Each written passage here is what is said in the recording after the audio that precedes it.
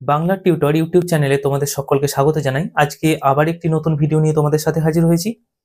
তোমরা যারা ক্লাস 12 এর অর্থাৎ চতুর্থ সেমিস্টারের ছাত্রছাত্রী রয়েছো, যাদের সংস্কৃত বিষয় আছে তাদের জন্য আজ এই ভিডিওটি খুবই গুরুত্বপূর্ণ। তোমাদের সংস্কৃতের দুটি চ্যাপ্টারের ক্লাস অলরেডি হয়ে গেছে, অর্থাৎ তোমাদের গদ্যাংশ এবং পদ্যাংশ দুটির ক্লাস অলরেডি নিয়ে নেওয়া হয়েছে। তোমরা যদি দেখে না থাকো সেই ভিডিওগুলি, অবশ্যই প্রথম কমেন্টে অথবা এই ভিডিও ডেসক্রিপশন বক্সে তোমরা লিঙ্ক পেয়ে যাবে, দেখে নেবে। আজকে তোমাদের সংস্কৃতের অর্থাৎ চতুর্থ সেমিস্টারের সংস্কৃতের বিষয়ের যে নাট্যাংশটি অর্থাৎ নাটকটি রয়েছে, আত্রেয়ী বনদেবতা সংবাদ, সেই নাটকটির বিষয়ে আজকে আমাদের ক্লাস। এই নাটকের লাইন ধরে ধরে একদম সমস্ত বিষয় সহজে আলোচনা আমরা করে নেব।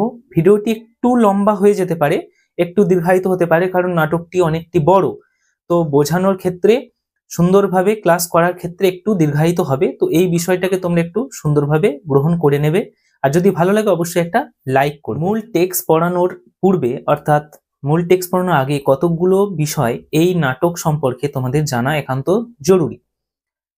আত্রেয়ী এবং বনদেবতা সংবাদ, এই যে নাট্যাংশটি তোমাদের পাঠ্য রয়েছে, এই নাট্যাংশটির লেখক কে?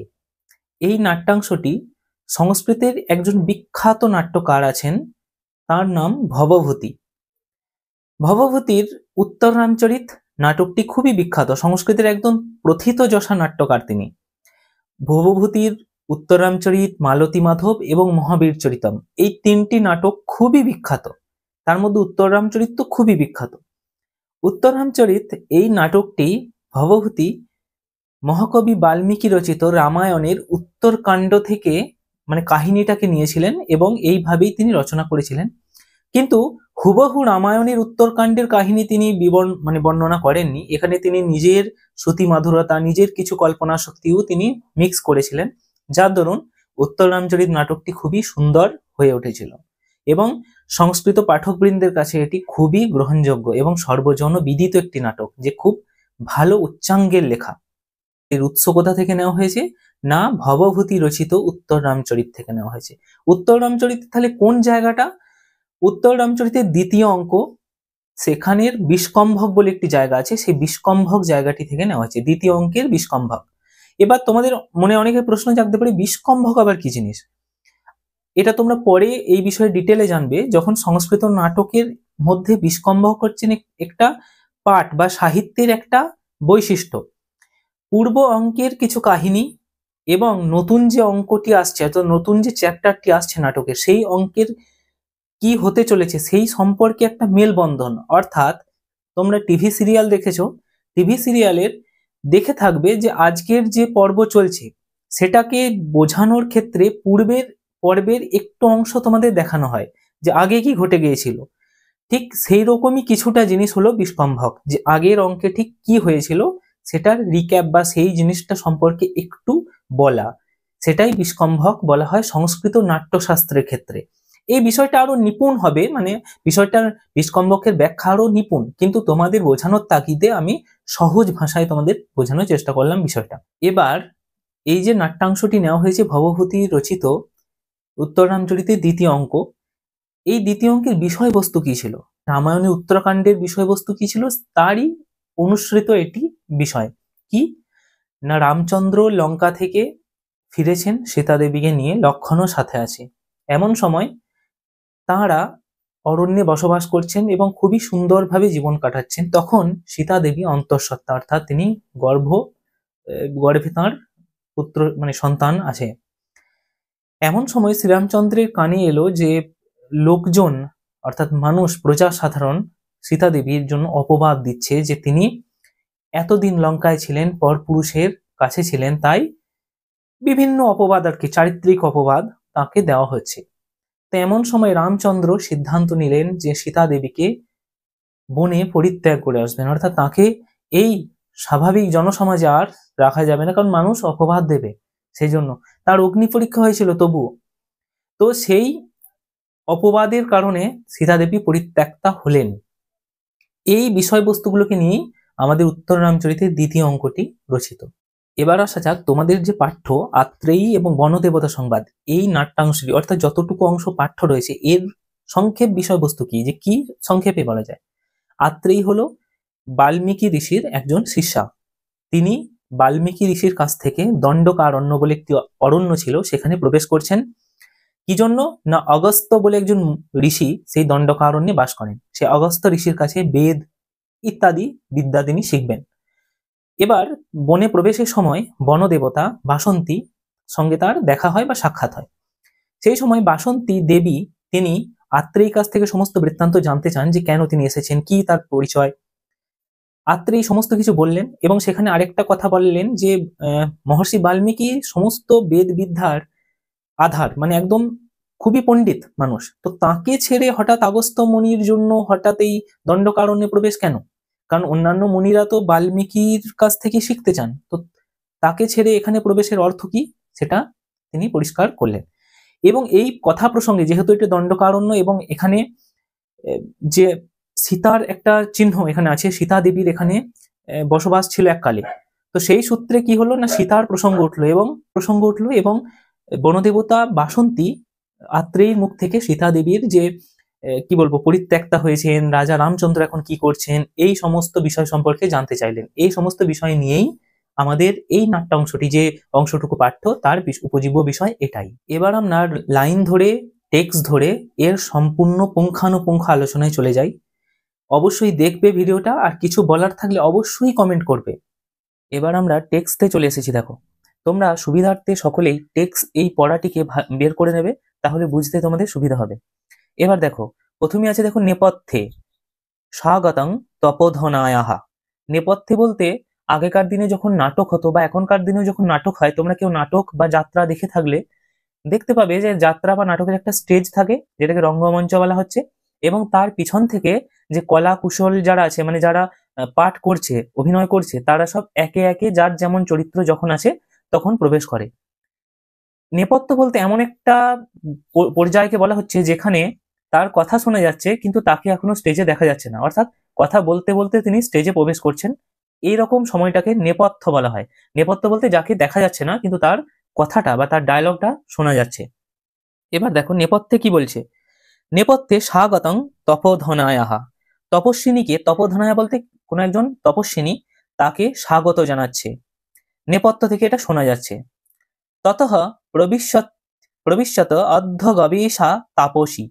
ততঃ তারপর প্রবেশ করছেন একজন প্রথিকবেশী, অর্ধ গবেষা বলতে প্রথিকবেশী, তাপসী, তাপসী বলতে যিনি তপস্যা করেন, তাকে পুংলিঙ্গে তাপস বলা হয়, স্ত্রীলিঙ্গে অর্থাৎ যদি মহিলা হন তাকে বলা হয় তাপসী।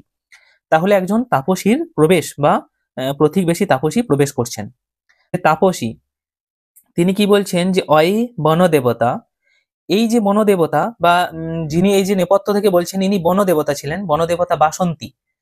এবার তাপসী তিনি কি বলছেন যে বনদেবতা ফল কুসুম দিয়ে, পুষ্প ফলের দ্বারা অর্ঘ্য সাজিয়ে, পল্লব অর্ঘ্যেন অর্থাৎ পল্লবীর অর্ঘ্য দিয়ে দুরাত মামু প্রতিষ্ঠাতে, দুরাত মামু প্রতিষ্ঠাতে, এই কথাটা মানে দূর থেকেই আমাকে স্বাগত জানাচ্ছেন।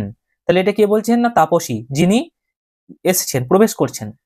যে বনদেবতা কি বলছে দেখো, প্রবিশ্য, এবার বনদেবতার প্রবেশ। এতক্ষণ যেটা নেপথ্যে থেকে শোনা যাচ্ছিল যার কথা, যে স্বাগতং তপোধনায়া, অর্থাৎ তাপসীকে স্বাগত জানাচ্ছিলেন বনদেবী বা বনদেবতা, তিনি এবার প্রবেশ করছেন স্টেজে। দিয়ে বনদেবতার কি ডায়লগ রয়েছে দেখো, অর্ঘ্য বিকীর্ণ, তিনি অর্ঘ্যকে বিকীর্ণ করে, অর্থাৎ অর্ঘ্যের যে ডালি সেটাকে বিস্তৃত করে সাজিয়ে, যথেচ্ছ ভগ্যম বনমিদম বনমিদয়ং মে সুদিবসহ। যথেচ্ছ ভগ্যং মানে আপনি এই বনভূমিকে যথেচ্ছ উপভোগ করতে পারেন। অয়ে মে সুদিবস, আজকে আমার সুখের দিন বা আজকে আমার সুদিন, সুদিবস। শতাং সদ্ভি সঙ্গহ কথমপি হি পুণ্যেন ভবতি। শতাং বলতে একজন সৎ মানুষের সাথে, একজন ভালো মানুষের সাথে, সদ্ভি আরেকজন সতের বা ভালো মানুষের সঙ্গ, কথমপি হি পুণ্যেন ভবতি, সেটা অনেক পুণ্যের ফলে হয়, বহু পুণ্যের ফলে একজন কি বলবো সজ্জনের সাথে আরেকজন সজ্জনের মিলন বা দেখা এরকম হয়ে থাকে। তরুচ্ছায়া তোয়ং যদপি তপসাং যজ্ঞমসং ফলং বা মূলং বা তদপি ন পরাধীনমহ বা। এর মানে হচ্ছে তরুচ্ছায়া অর্থাৎ এই বনের গাছের ছায়া, তোয়ং বলতে জল, যদপি তপসং যজ্ঞমসং অর্থাৎ যা যা আপনি না তপস্যার উপযুক্ত আর কি যে সমস্ত জিনিস এখানে রয়েছে, ফলং বা মূলং বা, ফল মূল ইত্যাদি, বা তদপি বা অন্যান্য আরো যা সমস্ত বিষয়, ন পরাধীনম, এটি আপনার পরাধীনম বা এই যে রয়েছে না, মানে ন পরাধীনম, এটি আপনার পরাধীন নয়, অর্থাৎ আপনি এই বনে স্বাধীন, আপনি স্বাধীনভাবে এই বনের যা কিছু সম্পত্তি রয়েছে, ফল মূল ইত্যাদি সবকিছু উপভোগ করতে পারেন, কারণ আমার আমার আজকে সুদিন, এরকম বনদেবতা বলছে। এবার এই বিষয়টাকে একটু বুঝে নি। দেখো এখানে দণ্ডকারণ্যে বনদেবতার বাসন্তী, তার নিকটে তার কাছে একজন তাপসী, অর্থাৎ তপস্যা করেন এমন একজন মহিলা, তিনি প্রবেশ করছেন। তো তখন বনদেবী বাসন্তী তাকে স্বাগত জানাচ্ছেন, বনের বিভিন্ন উপহার, ফল মূল ইত্যাদি উপহার নিয়ে তাকে স্বাগত জানানো হচ্ছে। তো সেখানে বনদেবী বাসন্তী কি বলছেন, যে এই বন, এই অরণ্য, ফল মূল যা কিছু দেখছেন, এই সবই আপনার, সবই আপনি নিজের ভাববেন, পরাধীন নয়, স্বাধীন, এবং আপনি এই সমস্তকে উপভোগ করুন, অর্থাৎ যা চাইছেন ইচ্ছা মতো নিন, কারণ আপনি আমার অতিথি। অতিথি মানে যার কোনো আসার তিথি নেই, অতিথি।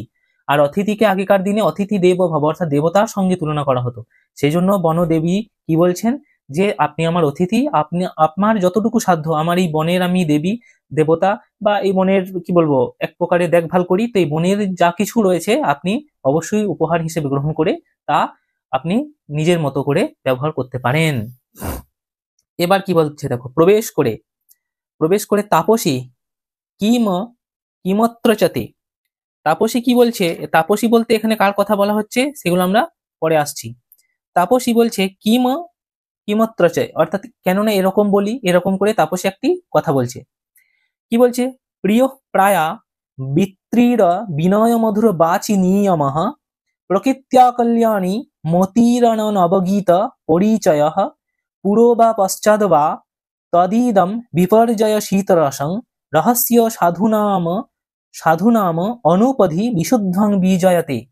এই শ্লোকটির কি মানে বলছে দেখো। এবার তাপসী বলছে, তাপসী বনদেবতা যিনি বাসন্তী, তাকে বলছেন, কি বলছেন, যে প্রিয় প্রায়া, অর্থাৎ প্রিয় আচরণ যাদের, বিত্রি বিনয় মধুরা, অর্থাৎ যাদের বিনয় বা মধুর বাক সংযম, সুমিষ্ট কথাবার্তা, প্রকৃত্য কল্যাণী মতি, অর্থাৎ যাদের বুদ্ধি নির্দোষ এবং যারা প্রকৃতির কল্যাণ করে থাকেন, নবগীত পরিচয়, এরকমই হলো সাধু ব্যক্তিদের পরিচয়, অর্থাৎ ভালো মানুষদের পরিচয়ই এটা। পুরো বা পশ্চাৎ বা, অর্থাৎ তারা শুরু থেকে শেষ পর্যন্ত, জীবনের শুরু শেষ দুটোই, তদিদম বিপর্যয় শীতরসং, অর্থাৎ তারা অপরিবর্তিত থাকেন, তারা এই ধরনের সদ্ভাব মানুষের সাথে বজায় রাখেন। রহস্যং সাধুনাম অনুপধি বিশুদ্ধং বিজয়তে, অর্থাৎ এই ধরনের নীতিজ্ঞ পবিত্র মানুষজন ছলনারহিত হন এবং বিশুদ্ধ হন, এবং এনারাই সর্বত্র মানে বিজয়ের বা পবিত্রতার বিজয় পতাকা তাঁরাই সর্বত্র বহন করেন। এখানে দেখো তাপসী দেবীকে বা বনদেবতাকে একটি কথা বলছেন, যে এই জগতে, এই যে এখানে তাপসী এখানে বনদেবী একটা কথা বললো না, যে সজ্জনের সাথে সজ্জনের মিলন খুবই মানে কি বলবো কাঙ্ক্ষিত, এবং সেটা খুবই কম হয়, তো আজকে সজ্জনের সাথে সজ্জনের মিলন হয়েছে। তখন এখানে তাপসী বলছে যে একদমই তাই, কেননা এই যে আতিথেয়তা, অর্থাৎ প্রিয় বচন, যা সুমধুর ব্যবহার, হ্যাঁ, প্রকৃতির যারা কল্যাণ করতে চায়, সুবুদ্ধিযুক্ত, এই সমস্ত সাধু ব্যক্তিদের চারিত্রিক গুণ হয় এগুলি। এই চারিত্রিক বৈশিষ্ট্যের জন্য তারা জীবনে সর্বদাই অপরিবর্তনীয় থাকে, মানে একই রকম থাকে, এই জগতের কল্যাণ চায়, তারা কখনোই লোকের অনিষ্ট চায় না, তাদের আচরণে ছলনা থাকে না। নীতিজ্ঞ এই সমস্ত মানুষরা আজীবন পবিত্রর বিজয় পতাকা বহন করে চলেন, পবিত্র হয়ে থাকেন এই ধরনের মানুষরা। তাহলে এখানে তাপসী বনদেবী বাসন্তীর কথা শুনে তাকে খুবই সজ্জন এবং খুবই সাধু ব্যক্তি বলে মনে করেছেন, তো তার এখানে প্রশংসা করছেন। এবার বনদেবতা কি বলছে দেখো, বনদেবতা বলছে কাং পুনরত্র, কি বলছে তো, কাং অর্থাৎ কেন, বা কি কারণে আর কি, বা কি নাম, কাং পুনরত্র ভবিতম গচ্ছামি, অর্থাৎ আপনাকে কি নামে জানবো বা কি পরিচয় আপনার। তখন তাপসী বলছে অত্র আত্রেয়স্মি, অর্থাৎ আমার নাম আত্রেয়ী। আত্রেয়ী কে ছিলেন না, বাল্মীকি মুনির একজন শিষ্যা ছিলেন আত্রেয়ী, তিনি দণ্ডকারণ্যে এসছেন। এই কথাটা কাকে বলছেন না, বনদেবী বা বনদেবতা বাসন্তীকে বলছেন। এবার বনদেবতা কি বলছেন, আর যে আত্রেয়ী কুতঃ পুনরিহত্যা গম্যতে, অর্থাৎ কোথা থেকে আপনার আশা হচ্ছে, কিং প্রয়োজন দণ্ডকারণ্য পবন প্রচারহা, অর্থাৎ কি প্রয়োজনেই বা দণ্ডকারণ্যে প্রবেশ, কেন এসছেন, এই কথাটা জিজ্ঞাসা করছে বনদেবী বা দেবী বাসন্তী। এটা কাকে না আত্রেয়ী। তাহলে এখানে যে দেবতা তার নাম কি বাসন্তী, আর তাপসীর নাম আত্রেয়ী। তিনি মহর্ষি বাল্মীকির একজন শিষ্যা ছিলেন, তিনি প্রবেশ করছেন দণ্ডকারণ্যে। তারপরে দেখো আত্রেয়ী কি জবাব দিচ্ছে, তাহলে এখানে বনদেবতা বাসন্তী আত্রেয়ী অর্থাৎ যিনি তাপসী তাকে কি জানতে চাইলেন যে কেন আসা হয়েছে। এবার আত্রেয়ী বলছে, এখানে আত্রেয়ী তার নিজের কথা এবার বলছে কেন এসছে না, বলছে তস্মিন আগস্ত্য প্রমুখা প্রদেশে, এখানে আগস্ত্য বা অন্যান্য ঋষিদের প্রদেশ, এটা এখানে থাকেন দণ্ডকারণ্যে। ভয়াংশ উদ্গীত গীত বাসন্তী, অর্থাৎ তাদের কাছ থেকে আমি উদ্গীত বলতে বেদ বিদ্যা, তাদের কাছে বেদের যে ব্যাখ্যা বা বেদের পরবর্তী যে সমস্ত পড়াশোনা সেগুলি আমি শিখতে এসেছি। তেভ্য অধিগন্তু নিগমান্ত বিদ্যা, তাদের কাছ থেকে নিগমান্ত বিদ্যা শিখবো, মানে কি না বেদান্ত বিদ্যা। নিগমান্ত বলতে বেদান্ত বিদ্যা আমি শিখবো। বাল্মীকি পার্শ্বধীয় পর্যটন, আমি বাল্মীকির কাছ থেকে এসছি। তার পরিচয় দিলেন যে আমি বাল্মীকি মুনির একজন শিষ্যা, আমি এসছি এখানে আগস্ত্য প্রমুখ মুনি ঋষিদের কাছ থেকে বেদ বিদ্যা শিখতে বা বেদের পাঠ নিতে, এখানে শুনেছি তারা থাকেন। এবার বনদেবতা কি বলছে দেখো, বনদেবতা বলছে যে যদা তাবদন্যপি মুনস্তয়মেব হি পুরাণ ব্রহ্মবাদীনাং প্রচেতা সমৃষি ব্রহ্মপরায়ণ উপাসতে তৎ কোহর্থ আর্যায়া প্রবাসঃ। বলছে যদা তাবদ অর্থাৎ যদি, মানে বলছে যে এরকম হয় যে মুনস্তয়মেব হি অর্থাৎ তিনটি মুনির মধ্যে শ্রেষ্ঠ পুরাণ ব্রহ্মবাদীনাং, পুরাণ ব্রহ্ম জ্ঞানে যিনি একদম জ্ঞানী, প্রচেতার সমৃষি অর্থাৎ প্রচেতার পুত্র ঋষি বাল্মীকির, হ্যাঁ, পরম ব্রহ্ম পরায়ণম অর্থাৎ যে ব্রহ্ম জ্ঞান সেটা পরায়ণ উপাসতে অর্থাৎ অন্য মানুষরা সেটা উপাসনা করেন যে আমরা বাল্মীকির কাছ থেকে ব্রহ্মজ্ঞান বেদ বিদ্যা এসব শিখবো। তত কো অর্থ আর যায় প্রবাস, অর্থাৎ তাহলে আপনার বাল্মীকি মুনির কাছ ছেড়ে এখানে আসার কারণ বা তাৎপর্য, কেন এসেছেন? এরকম বনদেবতা বাসন্তী জিজ্ঞাসা করছে কাকে না আত্রেয়ীকে। যে অন্যান্য মুনি ঋষিরা যারা বেদ বিদ্যা ব্রহ্মজ্ঞান এসব শিখছেন তারা বাল্মীকি ঋষির কাছেই যেতে চান শিখতে, তো আপনি বাল্মীকি ঋষির কাছেই তো ছিলেন, তাহলে সেখান থেকে আবার এখানে কেন এলেন? কারণ উনিই তো সব থেকে শ্রেষ্ঠ জ্ঞানী, তো তার জ্ঞানের ছায়া ছেড়ে আবার এখানে প্রবেশের কি মানে? তখন আত্রেয়ী বলছে যে তস্মিন হি, সেখানে মহা অধ্যয়ন প্রত্যুহ ইত্যস্য দীর্ঘ প্রবাস অসংহিকৃত। তস্মিন হি, সেখানে মহান একটি মহা অধ্যয়ন প্রত্যুহ অধ্যয়নের বাধা রয়েছে, ইত্যস্য দীর্ঘ, সেই জন্যই আমার এত দূর থেকে আসা। তাহলে আত্রেয়ী কি বলছে যে সেখানে অর্থাৎ বাল্মীকি মুনির কাছে আমাদের যে বেদ শিক্ষা লাভ বা বিদ্যা অধ্যয়ন, সেই বিদ্যা অধ্যয়নের একটি বাধা রয়েছে, সেখানে হচ্ছে না, তো সেই জন্যই আমি এত দূর থেকে এসেছি। বনদেবতা বলছে কৃদিশ, অর্থাৎ এখানে বনদেবতা যিনি বাসন্তী তিনি বলছেন কৃদিশ অর্থাৎ কিরকম বাধা। তারপরে দেখো আত্রেয়ী কি বলছে, আত্রেয়ী বলছে যে তৌচ ভগবতা বাল্মীকিনা ধাত্রীকর্মতঃ পরিগৃহ পোষিতৌ রক্ষিতৌ চ, অর্থাৎ সেই দুটি পুত্রকে, সেই দুটি শিশুকে ঋষি বাল্মীকি তাদের ধাত্রীকর্ম থেকে শুরু করে, অর্থাৎ তারা যখন ছোট থেকে তাদেরকে পোষিত এবং রক্ষিতৌ চ, তাদেরকে পোষণ করছে অর্থাৎ তাদের ভরণ পোষণ করছে আর কি। লাইনটা দেখো খুবই একটি জটিল লাইন, অনেক বড়, দেখো লেখাটা কত বড় একটা লাইন, তাই আমাদেরকে কেটে কেটে উচ্চারণ করতে হবে। কি বলছে, নিবৃত চৌল কর্মণ চ, অর্থাৎ তাদের চূড়া কর্মের, চৌরকর্ম বলতে চৌলকর্ম বলতে চূড়া কর্ম, অর্থাৎ চূড়া মানে তখনকার দিনে একটা হতো, ঠিক আছে, চূড়া কর্মের চ অর্থাৎ চূড়া কর্মের দ্বারা তয় তয় ত্রয়ীবর্জমিত তিম্র বিদ্যা সাবধানেন পরিনিষ্ঠাপিতা, অর্থাৎ তাদের চূড়া কর্মানুষ্ঠানের পর বেদ ত্রয়, ত্রিবেদ তখন ছিল, ঋক্সাম যজু ব্যতীত অন্য তিন বিদ্যায় ঋষি তাদেরকে সযত্নে দীক্ষিত করলেন, তিন বেদ বাদ দিয়ে। অনন্তরং গর্ভকাদশী বর্ষে ক্ষাত্রেণ কল্পেন উপনীয় গুরুনা ত্রয়ী বিদ্যাম মধ্যপিতৌ তদনন্তরং, মানে তারপরে গর্ভ একাদশে মানে একাদশ বর্ষে, তাদের যখন একাদশ বর্ষর বয়স হবে তখন বর্ষে ক্ষাত্রেণ অর্থাৎ ক্ষত্রিয় কল্পে উপনীয়ন গুরুনা ত্রয়ী বিদ্যাম অধ্যাপিত, তারপরে তাদেরকে সেই বেদ বিদ্যা শেখানো হবে। তাদের যখন ক্ষাত্র ধর্মের উপনয়ন হবে একাদশ বর্ষে, তখন তাদেরকে সেই ত্রিবেদ শেখানো হবে। নতু এতাভ্যাম সহ দীপ্তি প্রজ্ঞাভ্যাম অস্মাদাদে সহ অধ্যয়ন যোগহস্তি অর্থাৎ আমার এই ধরনের দীপ্তপ্রজ্ঞ বালকদের সহপাঠী হওয়ার মতন যোগ্যতা বা সহপাঠী হওয়ার মতন সামর্থ্য নেই। ইয়তঃ, এবার বলছে দেখো যে বিতরতি গুরু প্রাজ্ঞে বিদ্যাং যথৈব যথাজরে, অর্থাৎ বিতরিত গুরু প্রাজ্ঞে, গুরু যিনি পড়াচ্ছেন তিনি সকল ছাত্রছাত্রীদের সমান জ্ঞানই প্রদান করেন। বিদ্যাং যথৈব তথা জড়ে, অর্থাৎ তিনি প্রজ্ঞাকেও যেমন বিদ্যা দেন, তিনি জড় অর্থাৎ যিনি একটু কম বুদ্ধি সম্পন্ন তাকেও তেমনই বিদ্যা দেন। ন তো খলু তয়র্ষণে শক্তিং করহ করত্যহপন্তি বা, কিন্তু তিনি কিন্তু মেধা কাউকেই দেন না। এই যে শক্তি, তয় দর্শনী শক্তি, অর্থাৎ শক্তি বা মেধা কিন্তু তিনি কাউকেই দান করেন না, প্রজ্ঞা বা জ্ঞান দান করেন। ভবতিহি ভবতিহি মানে তবুও, তবুও কি হয়, পুনরহ ভবতিহি ভূয়ান ভেদ ফলং প্রতি তদথ্যা, অর্থাৎ কিন্তু এই দুজনে অর্থাৎ খারাপ স্টুডেন্ট এবং ভালো স্টুডেন্টের মধ্যে কিন্তু পার্থক্য তবুও দেখা যায়, যে গুরু তাদের মধ্যে কিন্তু শিক্ষা দানের কোনো ভেদভাব করেননি। প্রভবতী সুচিরমগ্রহে মণীয়ণ মৃদাদয়, অর্থাৎ প্রভাব কিসে দেখা যায় না মণিতেই দেখা যায়, মণিকেই আলো দিলে চকচক করে। একটা মৃদাদয় মানে মাটির একটি মানে পিণ্ড বা মাটির একটি টুকরোতে আলো দিলে সেটি চকচক করে না। তাহলে এখানে মানেটা কি দাঁড়ালো না, এখানে আত্রেয়ী একটি খুব সুন্দর শ্লোক বলছেন যে গুরুর সামনে সকল শিক্ষার্থী কিন্তু সমান, তিনি জ্ঞান দানের সময় সকল শিক্ষার্থীকে অর্থাৎ যিনি একটু কম জ্ঞান নিতে পারে সকলকেই সমান জ্ঞান বর্ষণ করেন, কিন্তু উত্তম অধম কোনো শিক্ষার্থীকেই তিনি কিন্তু মেধা শেখান না, যে কিভাবে শক্তি তিনি কিন্তু দিয়ে থাকেন না।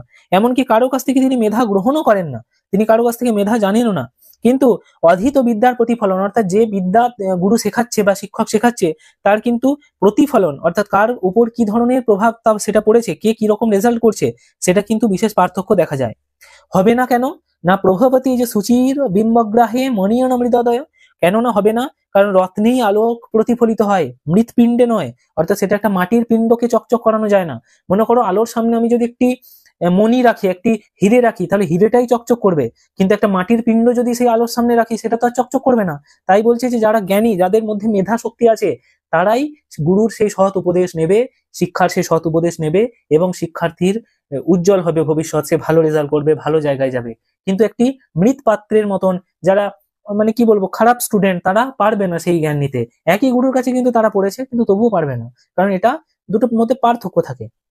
এবার বনদেবতা কি বলছে দেখো, এখানে বনদেবতা বলতে কার কথা বলা হচ্ছে, বাসন্তীর কথা। বনদেবতা বলছে অধ্যায়ন প্রত্যুহ, অর্থাৎ এই অধ্যায়নের বাধাটা কি, এটাই অধ্যায়নের তালে বাধা, অয়ম অধ্যায়নম প্রত্যুহ, অর্থাৎ এটাই তাহলে অধ্যায়নের বাধা, যে এই দুটি বালক এসছেন তাদের সঙ্গে তোমার মেধা সামঞ্জস্য হচ্ছে না, এটাই। অত্রেই বলছে অন্যশ্চ, না না আরো আছে, অত্রেই বলছেন যে আরো আছে। বনদেবতা বলছেন অতঃপরক, আবার কি বাধা। এরপর দেখো আত্রেই কি বলছে, তাহলে বনদেবতা কি জানতে চাইলো যে আবার একটি বাধা কি, তখন আত্রেই কি বলছে, কি বাধার কথা বলছে দেখো, যে অথ স ব্রহ্ম ঋষি একদা, সেই ব্রহ্ম ঋষি মহর্ষি বাল্মীকির কথা বলা হচ্ছে, তিনি একদা কোন এক সময় মাধ্যন্দিন বাসনায়ন নদীং তমসাম অনুপপন্য, অর্থাৎ তিনি একদিন মধ্যন্দিন মানে মধ্যকালীন অবস্থায় আর কি তমসা নদীর তীরে একদিন গিয়েছিলেন বা একদিন গেলেন, এমন সময় উপস্থিত হলেন কর্মের জন্য, নিজের কর্মের জন্য, হ্যাঁ ব্রহ্ম ঋষি। তত্র যুগ্মচারীন ক্রঞ্চয়রেকং ব্যাধেন বধ্যমানং দদর্শ, সেখানে ক্রঞ্চ বলতে কি বোঝানো হচ্ছে না মিথুন, ক্রঞ্চ মিথুন বলা হয় না, মানে এক ধরনের পাখি বিশেষ, যুগল পাখি অর্থাৎ পুরুষ এবং মহিলা পাখি, ব্যাধ্যমানং দদর্শ, ব্যাধের কর্তৃক তারা বিদ্ধ অবস্থায় তিনি বাল্মীকি তাদেরকে দেখতে পেলেন, যে ব্যাধ তাদেরকে তীর মেরে ফেলেছে। আকস্মিক হঠাৎ প্রত্যবভাসং দেবী বচনম অনুষ্ঠভীন ছন্দসা পরিণত অভ্যুদৈরাত, অর্থাৎ অভ্যুদৈরাত, আকস্মিক এই যে বাক্য দেখে আবেগ প্রসূত হয়ে দেবী সরস্বতীর বচনের মানে অনুসৃত হয়ে অনুষ্ঠুপ ছন্দের একটি শ্লোকে পরিণত হলো, শোক থেকে শ্লোক হলো। তাহলে কথা এইটি হচ্ছে পৃথিবীর প্রথম শ্লোক, এই যে শ্লোকটি এখানে আলোচনা করা হয়েছে। আত্রে কি বলছে যে আরেকটি বাধার কথা শুনুন, সেটা কি না হঠাৎ একদিন বাল্মীকি ঋষি তমসা নদীর তীরে গিয়েছেন, তখন একটি পুরুষ এবং মহিলা যুগল পাখিকে একজন ব্যাধ মেরে ফেলেছে, এমন দৃশ্য বাল্মীকির সামনে এসে উপস্থিত হলো। তখন শোকবশত তিনি সরস্বতী দেবীর প্রভাবের ফলে অনুষ্টুপ ছন্দের আবিষ্কার এবং শ্লোকের আবিষ্কার তিনি করলেন। শ্লোকের আবিষ্কার কেন করলেন? সেখানে বাগদেবীর হঠাৎ আবির্ভূত হয়ে অনুষ্টুপ ছন্দে পরিণত হলো। তাহলে শোক থেকে শ্লোক এই কথাটা এসেছিল। শোক বলতে দুঃখ। এই শ্লোকটা কি? মা নিষাদহ প্রতিষ্ঠাং তমাগতঃ শাশ্বতী সমাহা ইয়ৎ ক্রঞ্চ মিথুনাদেকমবধি কামমহিতম। বলছে মা নিষাদ, ওরে নিষাদ, ওরে পাপী মানে চণ্ডাল, প্রতিষ্ঠাং তমাগত শাশ্বতী সমা, তুই কোনোদিনও প্রতিষ্ঠা করতে পারবি না, জীবনে কোনোদিনও তোর ভালো হবে না। যৎ ক্রঞ্চ মিথুনা দেকমবধি কামমহিতম, তুই এই মানে ক্রঞ্চ আর মিথুনকে মেরে ফেললি, কামমোহিত পুরং ক্রঞ্চটিকে হত্যা করেছো, তুমি চিরকাল প্রতিষ্ঠা বা যশ লাভ করতে পারবে না, তুমি চিরকাল, মানে এটা একটা অভিশাপ দিল মহর্ষি বাল্মীকি। সেই যে ব্যাধ যে এই ক্রঞ্চ মিথুনদের মেরেছিল তাদেরকে একটি মানে পুংক্রঞ্চটিকে আর কি মেরেছিল তিনি, মানে পুরুষ যে ক্রঞ্চটিকে, তো তিনি সেই পুরুষ ক্রঞ্চের ব্যথায়, ক্রঞ্চির আর্তনাদ, মানে পুরুষ পাখিটিকে মেরে ফেলা হয়েছে, ব্যাধ মেরে ফেলেছে, সেখানে সেই মহিলা যে পাখিটি ছিল সেই মহিলা পাখিটির আর্তনাদ শুনে, শোক শুনে মহর্ষি বাল্মীকি শ্লোক অবতারণ করলেন। এই শ্লোকটি প্রথম পৃথিবীর শ্লোক, এবং তিনি এই শ্লোকের অবতারণ করে তিনি এই শ্লোকের মাধ্যমেই ব্যাধটিকে বা যিনি মেরেছেন তাকে অভিশাপ দিলেন যে তুই জীবনে কখনো প্রতিষ্ঠিত হতে পারবি না। अस्मायात अन्यत्र নতুন ছন্দসাম অবতারহ, অর্থাৎ তাহলে বেদ থেকেও স্বতন্ত্র এক ছন্দের অবতারণা হলো বা অবতারণা করলেন। এরপর দেখো আত্রেয় কি বলছে, যে তেন হি পুণ্য সময়েন ত্বং ভগবন্তম আবির্ভূত শব্দ প্রকাশম ঋষি উপসংযম্য ভগবান ভূত ভাবন পদজনীরবাচে বচেত। অর্থাৎ সেখানে হঠাৎ করে, সেখানে কি হলো না, হঠাৎ ঋষি মানে ভগবান ব্রহ্মা বা যাকে বলা হয় এই জগতের যিনি অধীশ্বর, শব্দ ব্রহ্মের জ্যোতি স্ফুরিত হয়েছিল এবং সেই ঋষির কাছে সৃষ্টিকর্তা ব্রহ্মার পদজনী মানে পেয়েছিলেন তিনি। অকস্মাৎ তিনি ব্রহ্মাকে দেখতে পেলেন বা ব্রহ্মা তিনি সেখানে হঠাৎ আবির্ভূত হলেন। তিনি কি না শব্দ ব্রহ্মের প্রতিরূপ, একজন উজ্জ্বল জ্যোতিষ্কের মতো। ঋষ প্রবুদ্ধ হসি বাগাত্মনি ব্রহ্মণি, অর্থাৎ এবং তিনি বচাতে মানে তিনি কি উচ্চারণ করছেন, সেই ঋষি ব্রহ্মা কি বলছেন, যে ঋষে অর্থাৎ হে ঋষি প্রবুদ্ধ হসি, অর্থাৎ তোমার খুবই জ্ঞান, বাগ আত্মানি ব্রহ্মানি, অর্থাৎ তোমার এই শব্দ ব্রহ্মের ঋষি, আপনি শব্দ ব্রহ্ম জ্ঞানে ভরপুর। তদ ব্রহি রামায়ণ চরিতম, অর্থাৎ আপনি রামচরিত বা রামচরিতম বা রামায়ণ রচনা করুন। অব্যাহত জ্যোতিরিশং তে চক্ষু, অর্থাৎ আপনার চক্ষুতে, আপনার চোখে আমি একটা জ্যোতি দেখতে পাচ্ছি, আপনার চোখে প্রতিভাবান একটি জ্যোতি দেখতে পাচ্ছি। প্রতিভাতু অদ্য কবিরসি ইত্যক্ত অন্তর্নিহিত। প্রতিভাতু অর্থাৎ আপনার চোখে আমি শব্দ ব্রহ্মের প্রতি, শব্দের প্রতি ব্যাপক প্রতিভা দেখতে পাচ্ছি। অদ্য কবি, আপনাকে আদি কবি বলা হবে, ইত্যক্ত অন্তর্নিহিত, এই বলে মহর্ষি আমাদের দেবতা ব্রহ্মা অদৃশ্য হলেন।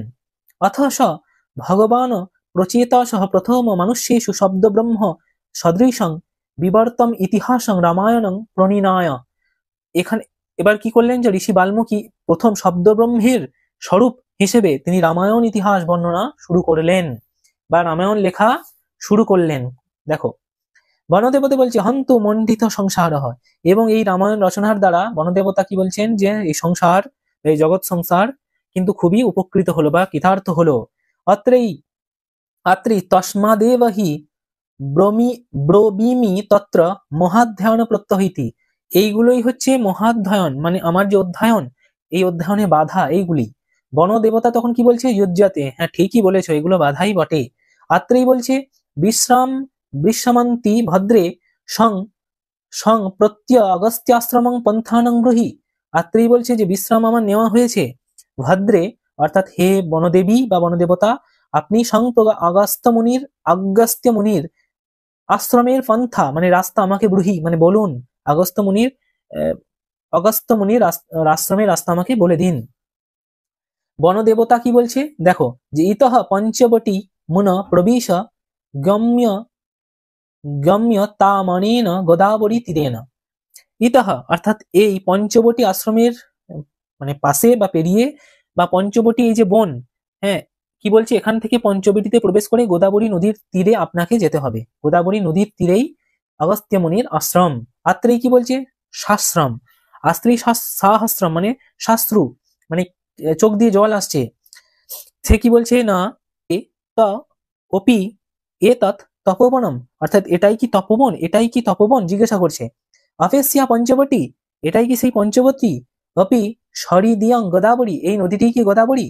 অপেস্যাং গিরি প্রসবন, এটাই কি গিরি প্রসবন। অপি জনস্থান বনদেবতা তং বাসন্তী, আপনি কি তাহলে এই বনদেবতা বাসন্তী। তখন বনদেবতা কি বলছেন, যে তথৈব তৎ সর্বম, এই আপনি যা বলছেন এগুলো সবই সত্যি, হ্যাঁ এটাই এই সব। আত্রেই তখন কি বলছে, হা বৎসে জানকী, অর্থাৎ জানকী কথার মানে সীতা, সীতার অপর নাম জানকী, যে হা জানকী মানে ওরে সীতা। এইভাবে আত্রেই একটি ক্ষোভ প্রকাশ করছে বা দীর্ঘ নিঃশ্বাস ত্যাগ করছে। স এ সতে বল্লভ সাক্ষী বর্গ প্রাসঙ্গিকানাং বিষয় কথানাম ত্বং নাম শেষন্মপি দৃশ্যমানঃ প্রত্যক্ষ দৃষ্টামিব নঃ করতি। এখানে জানকী অর্থাৎ সীতা দেবীর স্মৃতিবিরোজী পঞ্চবটী এই যে বনের কথা বলা হচ্ছে, সেই পঞ্চবটী বনের প্রত্যেকটা শাখা বল্লভ অর্থাৎ গাছপালা মানে সীতা দেবীর কি বলবো খুব প্রিয় ছিল।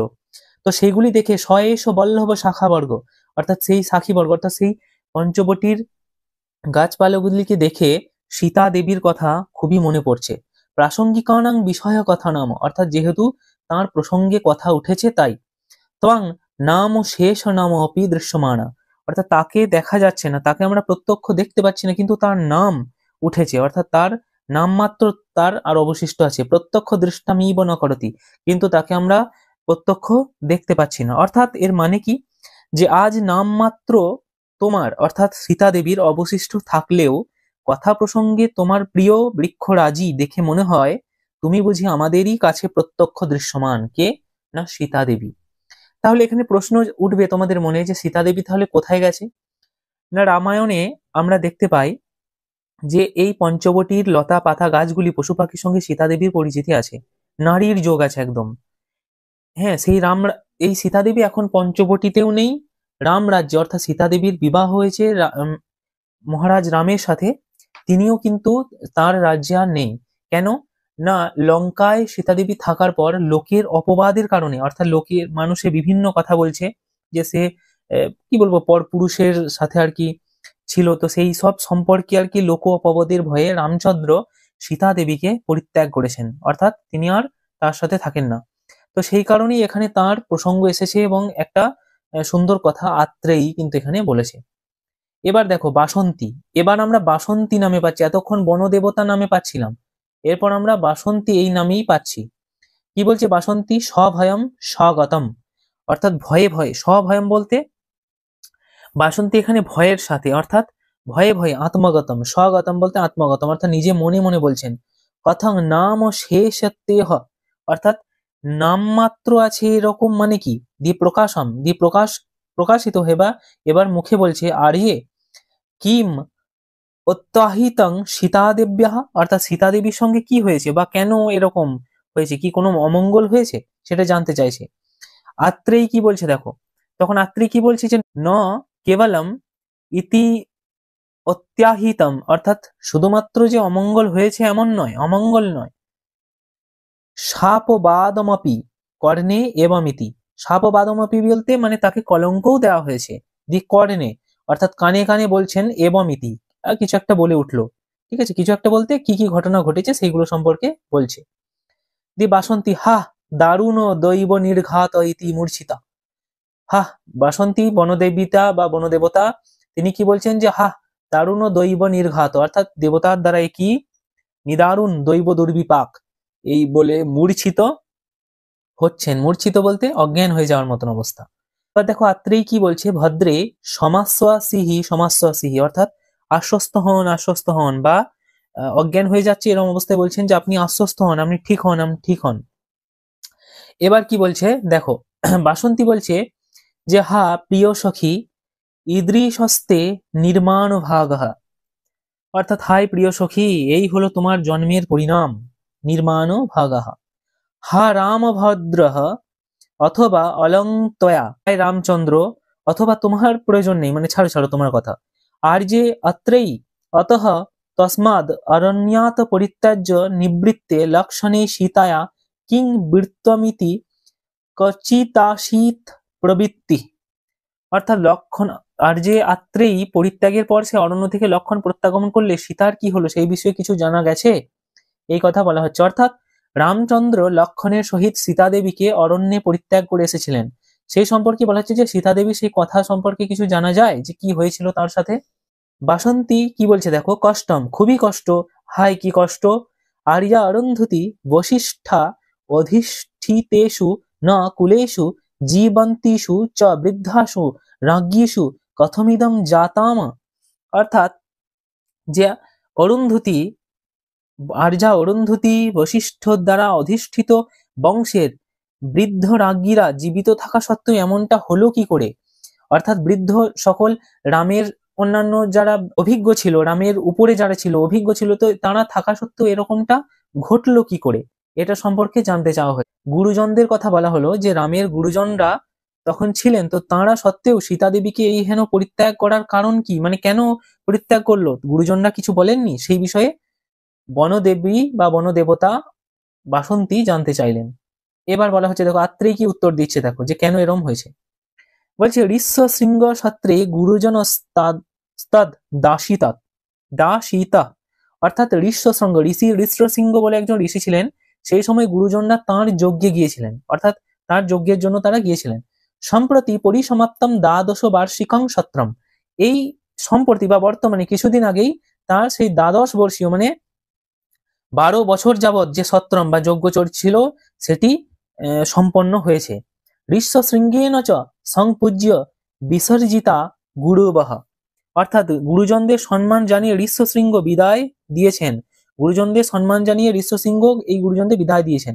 তত ভগবত্যা অরুন্ধতি নাহং বধূ বিরহিতম অযোধ্যায় গচ্ছামিত্বাহ হবে, হ্যাঁ গচ্ছামিত্বাহ। অর্থাৎ এখন কি করেছেন না, ভগবতী অরুন্ধতী জানালেন যে বধূহীন অর্থাৎ বধূ বিহরিতম অযোধ্যাং, তিনি অযোধ্যাতে আর তিনি যাবেন না। অর্থাৎ তারপর রাম ভাতৃভি অনুমোদিতম রাম অনুমোদিতম তদ অনুরোধাত ভগবতঃ বশিষ্ঠস্যাপি শ্রদ্ধা বাল্মীকি তপোবনং গত্বা বতস্যাম ইতি। অর্থাৎ তখন কি না অরুন্ধতী জানালেন যে বধূহীনা অযোধ্যায় তিনি যাবেন না, রামচন্দ্রের মায়ের অনুমোদনের ফলে সেই সূত্রে বশিষ্ঠও বললেন বাল্মীকি তপোবনে গিয়ে তিনি বাস করবেন, বশিষ্ঠ মুনি। বাসন্তী কি বলছেন, অথ স রামভদ্র কিমাচার, বাসন্তী বলছেন যে এখন রামভদ্র অর্থাৎ রামচন্দ্র কি করছেন, বা রামচন্দ্র এখন কি করছেন।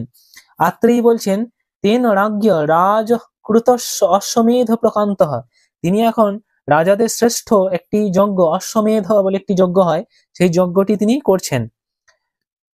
এবার এই যজ্ঞ সম্পর্কে বলা হচ্ছে এই যজ্ঞ সস্ত্রীক করতে হয়, অর্থাৎ রাজা এবং রানী চাই সস্ত্রীক সপত্নীক ভাবেই অশ্বমেধ যজ্ঞ হয়। বাসন্তী বলছে অহ ধিক পরিণীতমপি, অর্থাৎ তিনি বোধহয় আবার বিয়ে করেছেন, বা সেই রাজা অশ্বমেধ যজ্ঞ করছেন সপত্নীক হয় এটি, তাহলে কি নিশ্চয়ই আবার বিবাহ করেছেন। আত্রেয়ী বলছেন শান্তম নহি নহি, শান্ত হন, করেননি এরকম নয়। বাসন্তী বলছে যে কাং ত্রহি যজ্ঞে সহধর্মচারিণী, বলছে তাহলে যজ্ঞে সহধর্মচারিণী কে হলেন, যজ্ঞে একজন ধর্মচারিণী চাই, অর্থাৎ সহধর্মিণী বা স্ত্রী চাই অবশ্যই, তাহলে সেটি কে। আত্রেয়ী বলছে হিরণ্ময়ী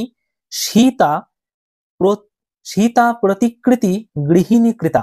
হিরণ্ময় বলতে সোনা বা স্বর্ণের, সীতার স্বর্ণের প্রতিমা তৈরি করে সেখানে ব্যবস্থিত করা হয়েছে। তখন বাসন্তী বলছে যে হন্ত অর্থাৎ এরকমই হওয়া উচিত, বা ব্রজদপি কঠোরানি মৃদুনি কুসুমাদপি লোকত্রাণং চেতাংশি কোহি বিজ্ঞাতুমহর্তি। এখানে মহান ব্যক্তিদের সম্পর্কে একটি কথা বলা হচ্ছে যে ব্রজদপি অর্থাৎ লোকোত্তর ব্যক্তিদের মানসিক ব্যাপার ব্রজের চেয়েও কঠোর হয়, ব্রজদপি কঠোরানি মৃদুনি কুসুমানি, আবার কুসুমের চেয়েও পেলব, কেই বা জানতে পারে লোকোত্তর ব্যক্তি বলতে যারা মহান ব্যক্তি, রামচন্দ্রের কথা এখানে বলা হচ্ছে। শ্রীরামচন্দ্র একজন মহান ব্যক্তিত্ব ছিলেন, তিনি মহান রাজা। তো সেটাই বলা হচ্ছে যে সেই মহান ব্যক্তিদের মহান চরিত্র ব্রজের তুলনায় কঠিন হয়, মানে তারা যা প্রতিজ্ঞা করেন সেটাই। সীতা দেবীকে তিনি বিয়ে করেছেন, তো সীতা দেবী তার পত্নী, জীবিত বা মৃত যাই থাকুক। মৃদুনী কুসুমানী, এবং তাদের আবার মৃদু কুসুমের মতন কোমল মনও হয়। লোকোত্তরাণং চেতংসি কৌহবি বিজ্ঞাতু মহর্তি, অর্থাৎ তাদের এই ব্যাপার বা চরিত্রের ব্যাপার কেই বা জানবে, অর্থাৎ কেই বা জানতে পারে। অর্থাৎ লোকোত্তর চেতনার অধিকারী শ্রীরামচন্দ্র সাধারণ ব্যক্তির চেতনায় উপলব্ধ হন না, অর্থাৎ সাধারণ ব্যক্তির মতো তিনি নন যে তার স্ত্রী চলে গেছে আবার একটা বিয়ে করে নেবে, সেটা না। আলোচ্য শ্লোকে শ্রীরামচন্দ্রের দুটি শর্তা ফুটে এসেছে, একটা হচ্ছে প্রজাদের প্রতি তিনি থাকেন মানে কোমল ভাবে, আবার তিনি কঠোর ভাবে, বজ্রদপি কঠোর কিরকম হয় তার, না তার কি বলবো সংকল্প কিন্তু বজ্রের মতো কঠোর হয়।